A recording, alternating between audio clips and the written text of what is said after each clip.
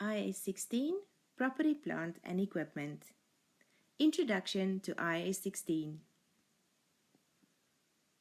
Which line item on the Statement of Financial Position would be influenced through IAS 16? Property, Plant and Equipment. It is presented on the face of the Statement of Financial Position under Assets and very specifically non-current assets. Which line items in the Statement of Profit or Loss and Other Comprehensive Income would be affected? Other income, other expenses, and under Other Comprehensive Income, revaluation, surplus, and deficits. The type of transactions you can expect from IAS 16 that would influence this statement includes profit or loss on sale of property, plant, and equipment, depreciation, impairment losses, revaluation surplus, and revaluation deficits. Let's refer back to the components of a conceptual framework and specifically the concepts contained in a framework. The conceptual framework assists us with determining what financial reporting is. Who does financial reporting? For whom do we do financial reporting? And how do we do financial reporting? This brings us to the goal of financial statements. The goal of financial statements from a conceptual framework point of view is to present useful information to the users of financial statements that would enable them to make proper economic decisions. How do we achieve that goal? Through applying underlying assumptions, qualitative characteristics, meeting recognition criteria, meeting the definition of elements of financial statements, and applying very specific measurement bases and techniques. How does this link to IAS 16? IAS 16 has as a goal to present useful information on the property, plant, and equipment of an entity to the users of the financial statements. Therefore, you'll also find very specific recognition criteria, definitions, as well as quite a number of measurement bases and techniques in IAS 16 that would assist this process, enabling the preparer to present useful information to its users. IAS 16 was issued in December 1993 and revised in 1998 and 2000. Therefore, the 1989 framework will be applicable to this standard. Because of that, the prudence and matching principles will come through quite strongly in IAS 16, especially the prudence principle, because the focus of IAS 16 is to prevent a preparer from overstating its property, plant, and equipment balances. This is the structure of a principle-based standard. In a principle-based standard, you have a lot of concepts putting through from the relevant framework, supported by a principle for recognition, measurement, derecognition, and presentation and disclosure. This is then supported with minimum guidance that gives effect to these principles. The structure of some other IFRSs, however, looks like this. It does include concepts putting through from the framework, supported by certain principles, but then also including quite a number of rules and application guidance, rules including exceptions, rules including interpretations. IAS 16, because it is an older standard, falls into this category.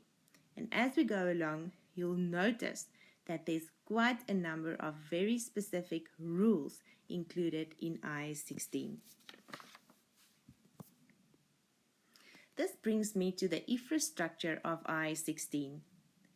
These items refer to the main headings in the actual IFRS. The first one is the objective that you'll find in paragraph 1. Then we're going to have a scope paragraphs that you'll find in paragraph 2 to 5. There's definitions included in paragraph 6. After that, you'll find a recognition section. This section will help you to determine when something may be recognized as property, plant, and equipment. That is followed by a measurement section in paragraph 15 to 72, which would assist with calculating the relevant amounts, determining how we need to measure these transactions. And finally, there's a presentation and disclosure section that would give the necessary guidance in terms of presenting and disclosing your property, plant, and equipment transactions in all the financial statements as well as the notes. In these sections, recognition, measurement, presentation, and disclosure, you'll find a lot of principles. What's interesting to note is that the measurement section goes from paragraph 15 to 72. So it is quite clear that the focus of this standard is on how to measure your property, plant, and equipment transactions properly. This is an extract from the actual IAS 16 standard, objective paragraph. Let's read through this.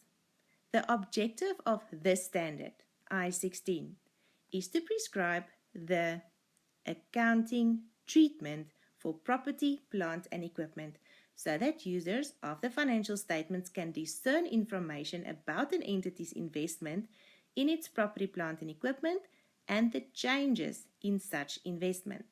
The principal issues in accounting for property, plant, and equipment are the recognition of the assets, the determination of their carrying amounts, and the depreciation charges and impairment losses to be recognized in relation to them.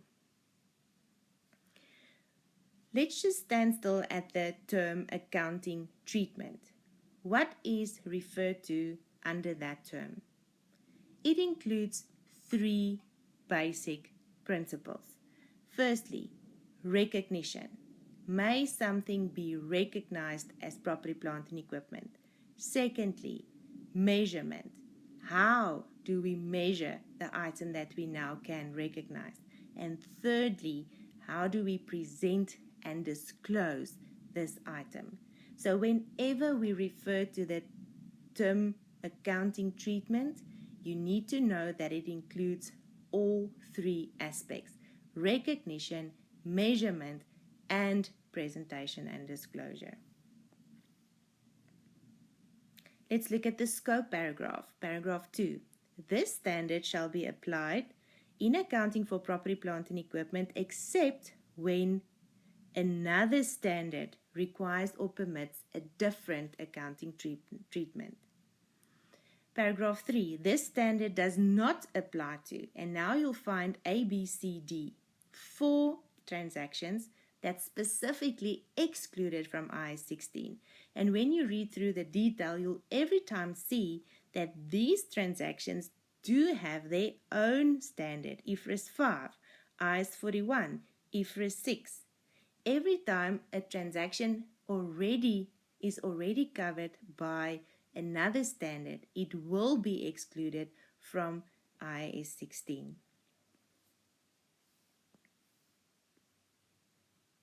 What is accounting? The system of recording and summarizing business and financial transactions and analyzing, verifying, and reporting the results. Let's break that down a little bit further.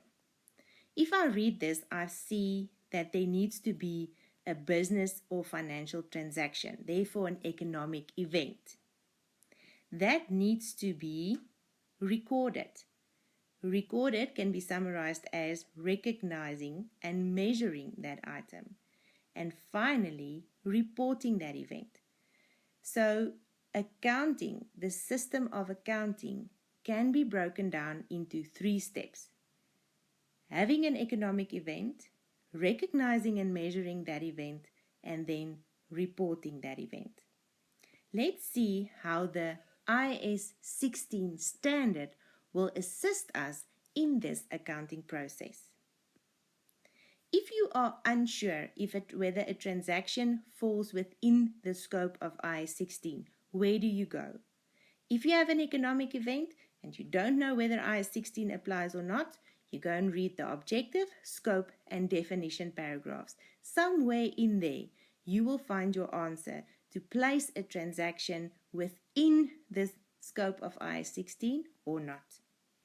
Once you now know that an economic event falls within the scope of IAS 16, it needs to be recognized and measured. So recording your event will be supported in your recognition and measurement paragraphs.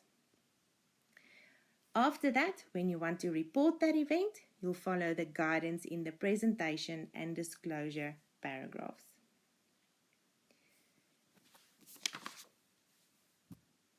Let's look at a summary and getting an overall idea of what the whole IAS 16 standard is all about. As I've mentioned earlier, accounting treatment is divided into three main aspects. Firstly, recognition. Now, as we move along, you'll come across the aspect of initial recognition and subsequent recognition. The second aspect of accounting treatment is measurement. Under measurement, we're also going to deal with initial measurement and subsequent measurement. Under subsequent measurement, you have a choice. And the third aspect of accounting treatment is presentation and disclosure in your financial statements and notes. So when you look at this picture, this is what IAS 16 is all about. And as we move along through this topic, each and every single aspect on this slide will be dealt with in a lot of detail.